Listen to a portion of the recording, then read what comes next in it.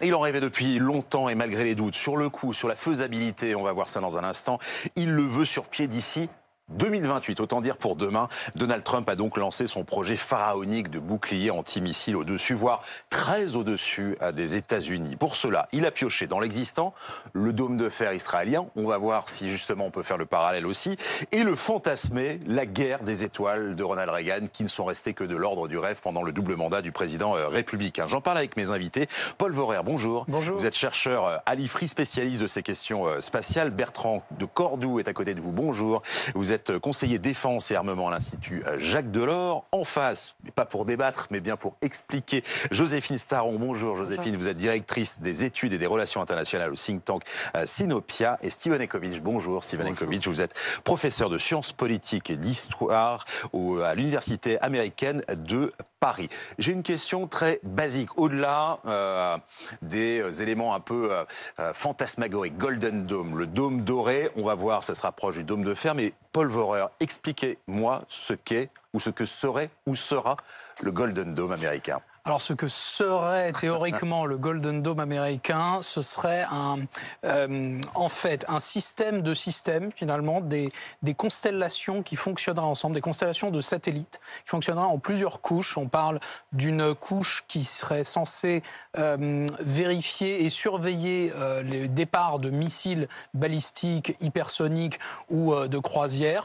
pour repérer d'où ils partent et on ajoute à cela plusieurs couches d'intercepteurs, alors soit des intercepteurs basés au sol, un petit peu comme ce qu'on voit sur votre écran, soit des intercepteurs basés dans l'espace, et c'est ça qui fait énormément débat aujourd'hui, c'est Space-Based Interceptor, qui serait capable théoriquement d'être guidé par cette couche de détection et de guidage pour aller détruire directement les missiles au moment de leur phase de, ce qu'on appelle la phase de boost, c'est-à-dire au moment où leur propulseur fonctionne encore. C'est ça qui fait énormément débat aujourd'hui. Alors on va revenir justement sur ce qui fait débat après, mais je reviens sur mon propos liminaire, Bertrand de Cordoue. Lorsque je dis que Donald Trump est allé piocher, sans doute par esprit un peu simpliste, dans le dôme de fer israélien et dans la guerre des étoiles ou le programme de Ronald Reagan. Si on prend les choses dans l'ordre, moi je ne suis pas spécialiste de les questions de défense, mais je fais la différence entre la superficie israélienne et la superficie des États-Unis. Je fais la différence entre ce que le dôme de fer israélien est censé intercepter et ce qui est prévu par les Américains. J'ai du mal à voir en quoi ça pourrait être eh bien, la suite logique avec simplement une question d'échelle.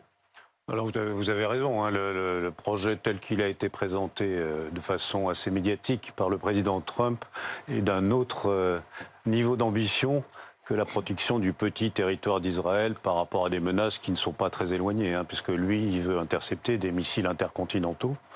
Il veut intercepter des missiles qui hyper véloces, qui peuvent pénétrer les défenses par le bas. Enfin, donc on est dans un niveau d'ambition qui n'a rien à voir en réalité. Hein. Bon, moi, mon grand âge fait que j'ai vécu l'époque de Ronald Reagan et de sa guerre des étoiles. Et je pense que le projet Trump, il est frappé du même saut d'irréalisme que celui qui avait animé à l'époque Reagan. Qu'est-ce qui a manqué pour Reagan? Alors, j'ai envie de dire, même si c'est facile, que si Reagan avait eu à son époque les technologies d'aujourd'hui, il aurait atteint son objectif d'une protection à 100% des États-Unis. Le problème, c'est qu'entre-temps, bien sûr, donc les développements technologiques permettent de faire des choses qu'on ne pouvait pas faire à l'époque, mais ils ont aussi permis à l'attaque de se perfectionner. Et donc, c'est toujours pareil, c'est le jeu de l'épée et du bouclier. Et c'est vrai qu'aujourd'hui, par rapport aux nouveaux développements, aux nouvelles menaces de missiles, là encore multidimensionnels, un dôme 100% imperméable, ça paraît totalement irréaliste sur le plan technologique, financier, calendaire, enfin voilà. Justement, Steven Ecovitch, lorsqu'on parle de 3 ans pour avoir un programme aussi perfectionné sur plusieurs couches, avec 3 ans, ça nous paraît très court, mais en même temps, les ennemis potentiels des États-Unis vont encore plus vite. Donc si on part sur un programme très ambitieux, ce sera toujours plus lent finalement que ceux d'en face, pour parler trivialement. Vous avez commencé l'émission avec le mot fantasmagorique. Il faut toujours mettre l'accent sur ce mot quand on parle de Donald Trump. Et d'ailleurs, le mot choisi, dôme d'or, tout est doré chez Donald Trump. Même, j'ajouterais de mauvais goût, mais voilà, ça c'est mon opinion. On a déjà évoqué le possible coût. Le Congrès ne va jamais voté. L'estimation? Oh, j'ai pas vu l'estimation, mais déjà, de toute façon, il y a un grand débat aux États-Unis sur les coupures budgétaires, sur les soins médicaux et l'état de welfare. Donc, je vois pas dans les mois, dans l'année à venir, que le Congrès va dépenser autant d'argent. Mais supposons qu'il y a cet argent, il faut toujours souligner dans le contexte politique intérieur, ça va donner au Donald Trump des contrats très juteux à distribuer aux gens qui veulent mettre en avant, ou les gens qui vont appuyer la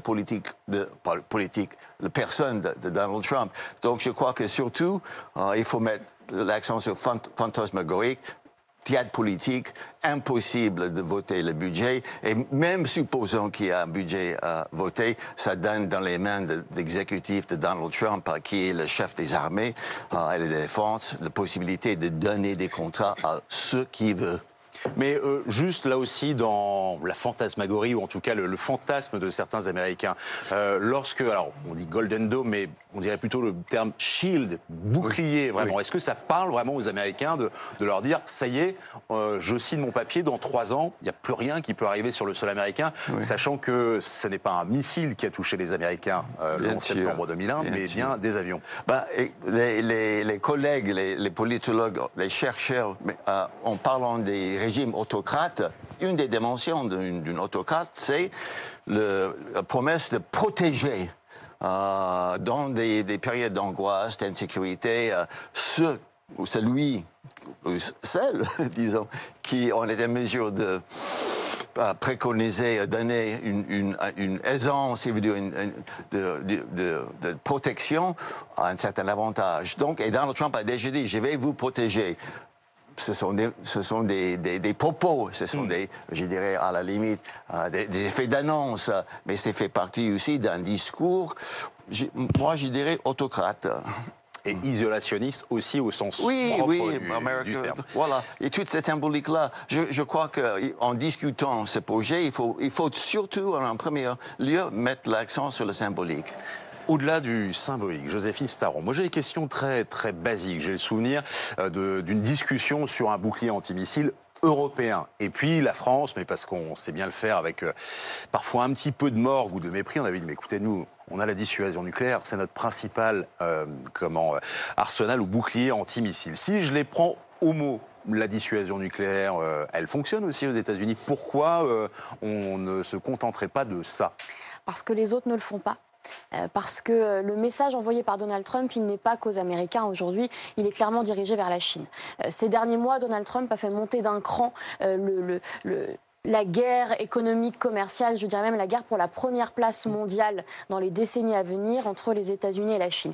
La course à l'armement et surtout la course à la militarisation de l'espace, aujourd'hui, elle est remportée par la Chine. Pourquoi? Parce que les États-Unis ont pris du retard. Bon, les Européens sont très très loin derrière, mais les États-Unis eux-mêmes ont pris du retard par rapport à la Chine. Et ce retard aujourd'hui, eh bien, Donald Trump espère le combler ou du moins montrer, donner des gages à ses concitoyens et puis aux Chinois qu'il va tout faire pour arriver à leur niveau, voire dépasser leur niveau. Parce que l'enjeu de l'espace, bien évidemment, c'est la protection des sols, mais c'est aussi l'utilisation de l'espace. Il y a la guerre dans l'espace, il y a la guerre pour l'espace. Et demain, on sait très bien qu'un des enjeux de la puissance, que ce soit la puissance des Européens, des Chinois, des Russes ou des Américains, elle se jouera pour partie et pour une grande partie dans l'espace. Il y a la question des ressources sur la Lune, on en a beaucoup parlé. Il y a la question des satellites, du nombre de satellites, des communications. Et puis il y a la question de la guerre par l'espace, peut-être pas dans l'espace, mais par l'espace, parce que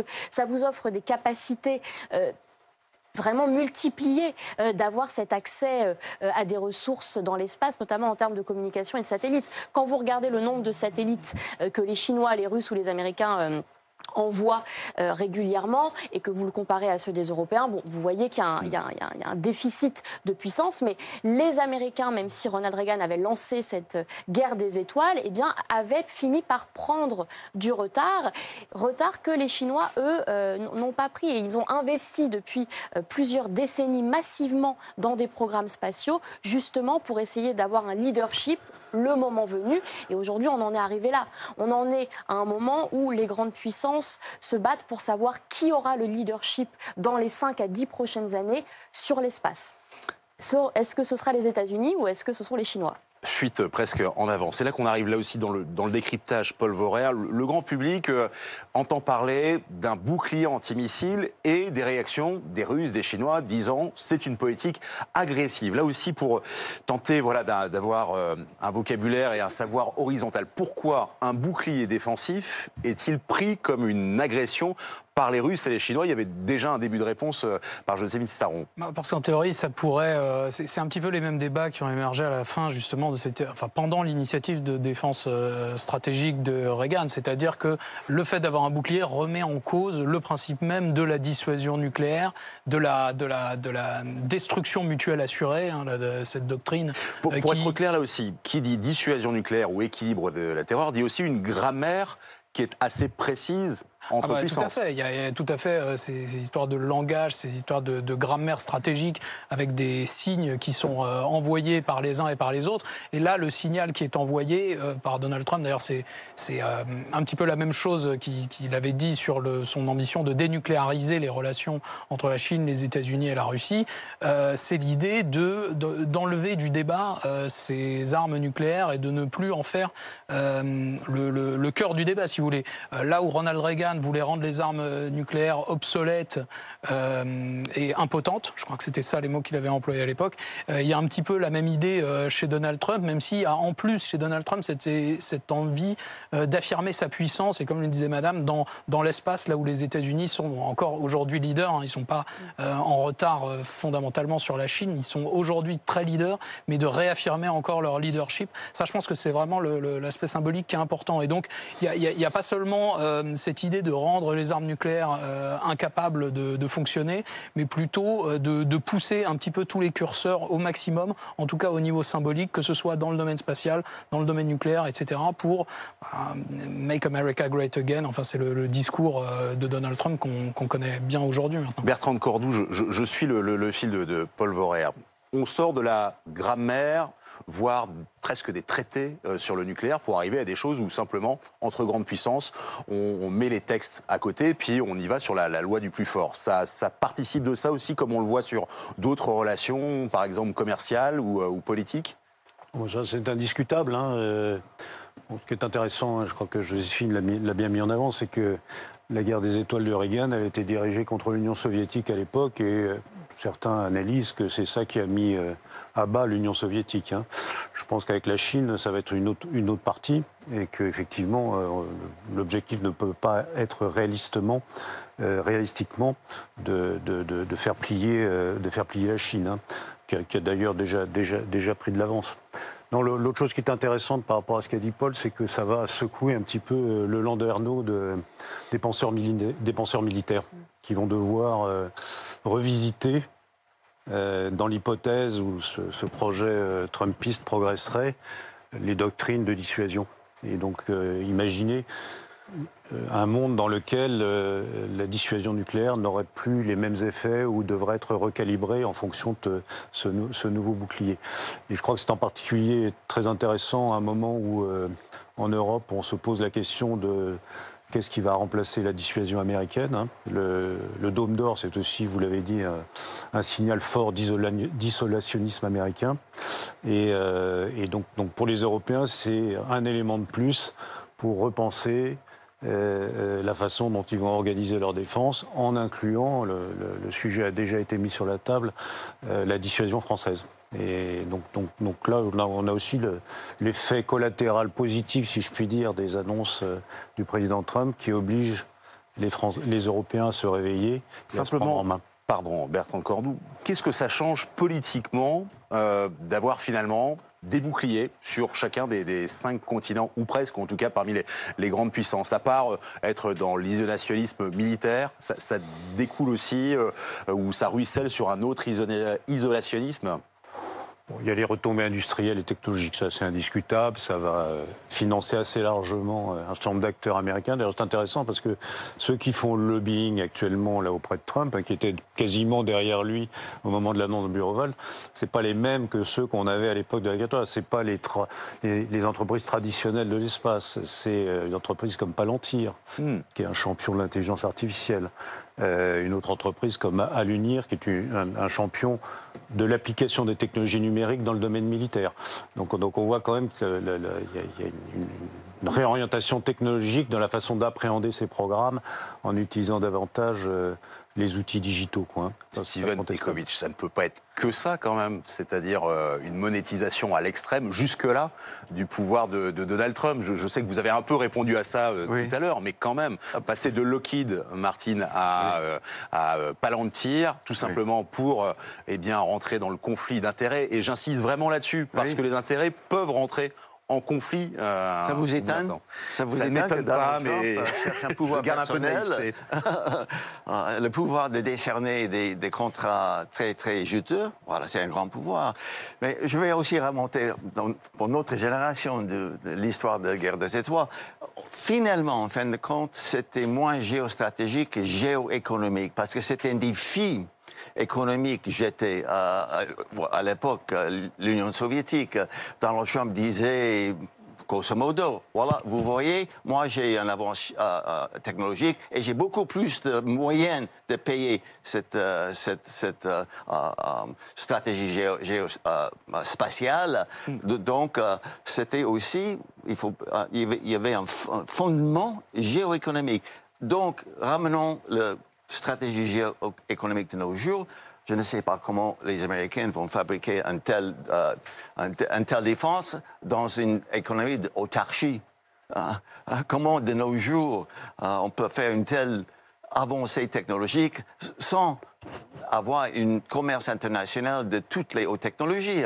Donc, il faut réfléchir toute est en l'économie contradiction avec lui-même. Il ne peut pas mener une guerre tarifaire et aussi avoir les moyens technologiques de construire un tel projet. Donc, encore une fois, il est incohérent.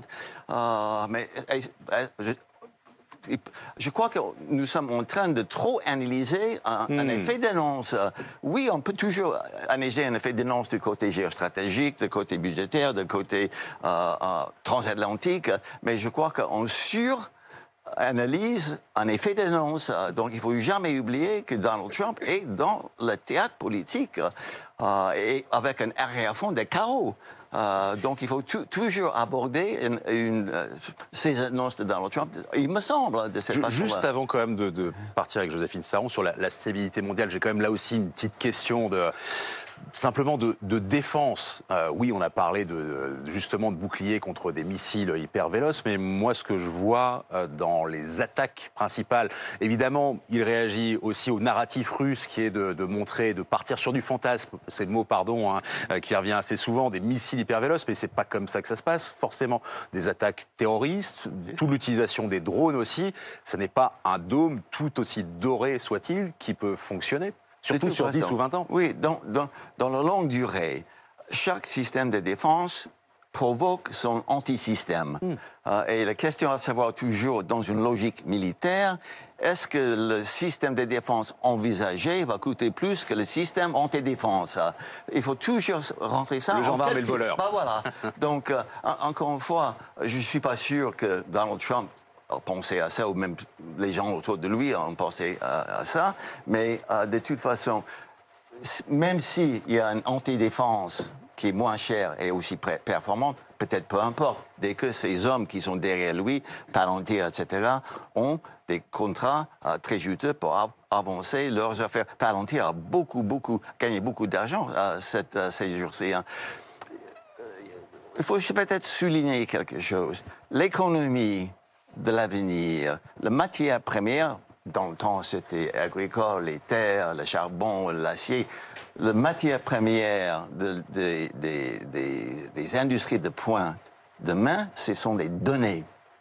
C'est, pour moi et d'autres, c'est une des raisons pourquoi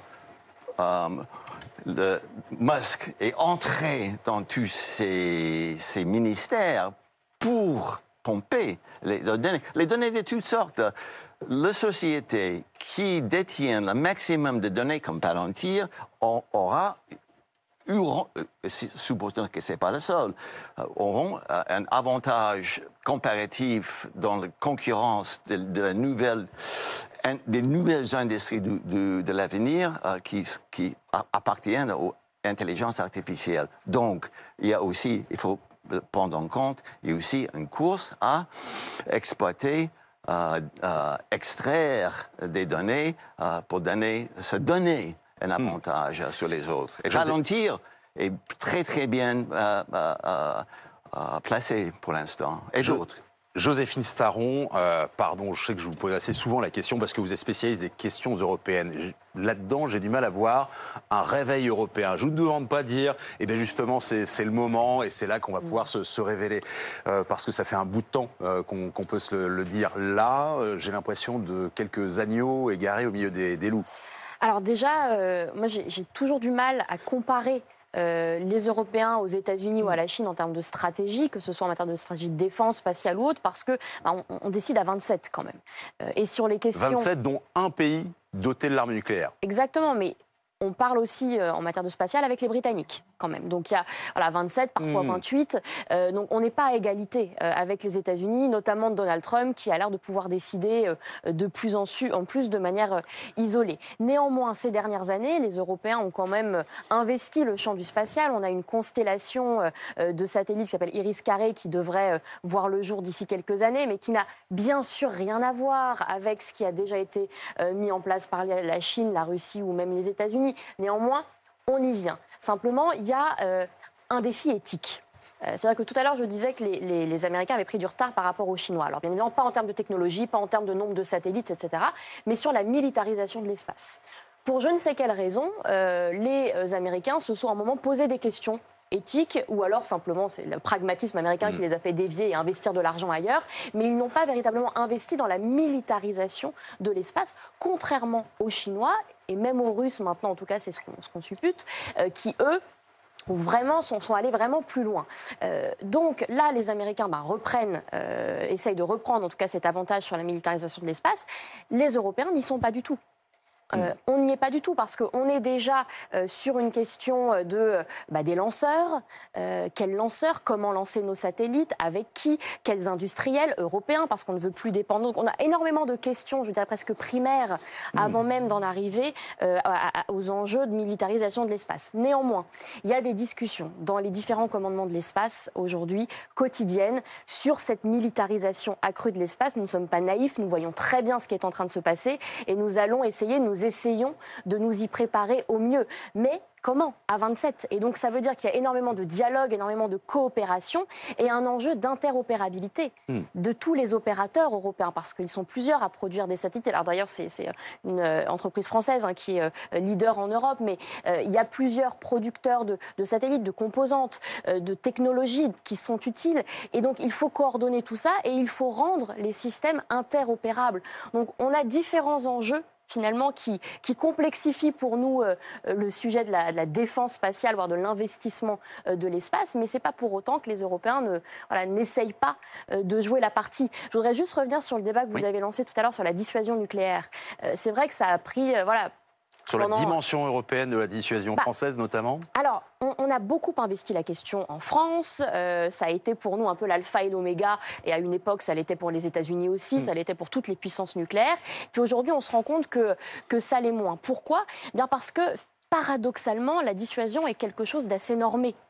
Finalement, on connaît les règles. Alors, les règles sont implicites, mais on les connaît. L'espace, il n'y a pas de règles. Le dernier traité sur l'espace, il date des années 60, 67, 68. Non, le traité sur la Lune notamment. Des années 60. Il n'y a pas eu, quasiment pas eu d'amélioration ou de modification de ce traité. Pourquoi? Eh bien parce que à chaque fois qu'au niveau des Nations Unies, on essaye d'ouvrir un débat sur le droit de l'espace, les Russes et les Chinois droit s'oppose systématiquement à toute réforme, à toute règle supplémentaire. Donc le fait que ce soit un no man's land juridique aujourd'hui, ça a été formidable pour des puissances comme la Chine et la Russie, et ça l'est aujourd'hui pour des puissances comme pour les États-Unis, de Donald Trump notamment, parce que vous n'avez pas de juridiction compétente sur l'espace, les Nations Unies ne peuvent absolument pas légiférer, et finalement vous êtes dans un trou en matière de droit qui vous laisse le champ libre, totalement libre, comme à l'époque de la dissuasion nucléaire, comme au tout début, au moment de la conception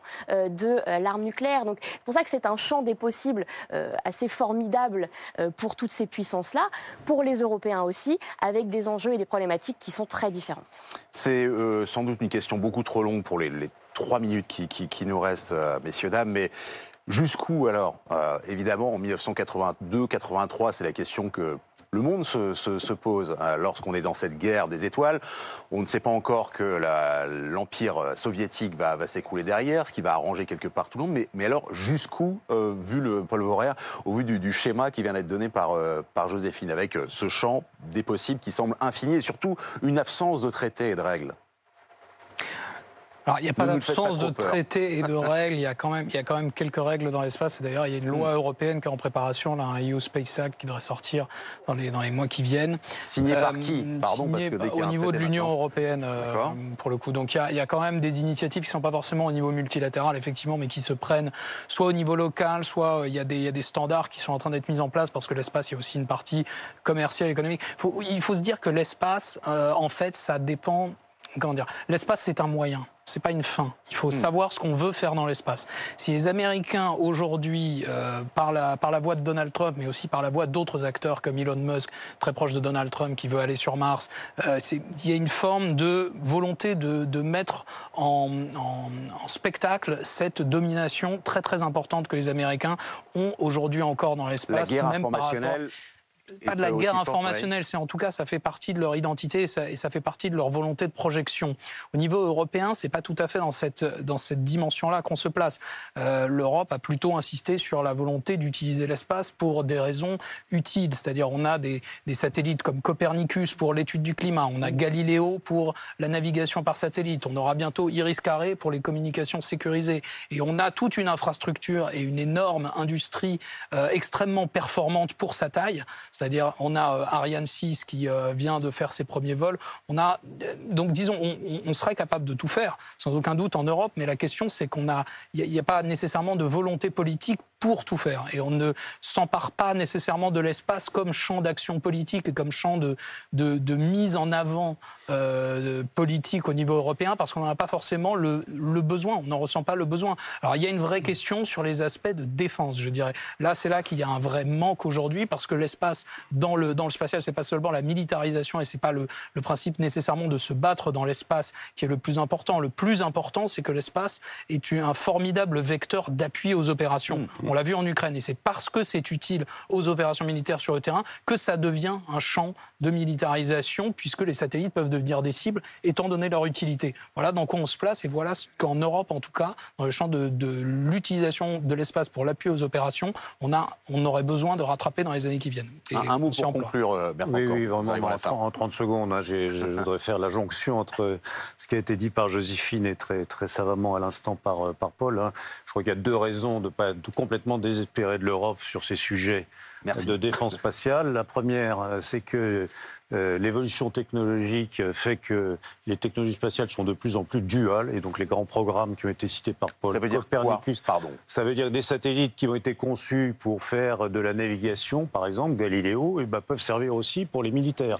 Ça veut dire que la constellation Iris-Carré de communication sécurisée va pouvoir être utilisée à la place du Starlink de SpaceX. Donc ça veut dire que ces programmes européens, qui sont d'une telle ampleur que de toutes les façons ils ne peuvent être qu'européens, sinon il n'y a plus de programme, ils sont aussi double usage, et donc ils pourront progressivement offrir des capacités qui obligeront les militaires européens à travailler ensemble pour les utiliser.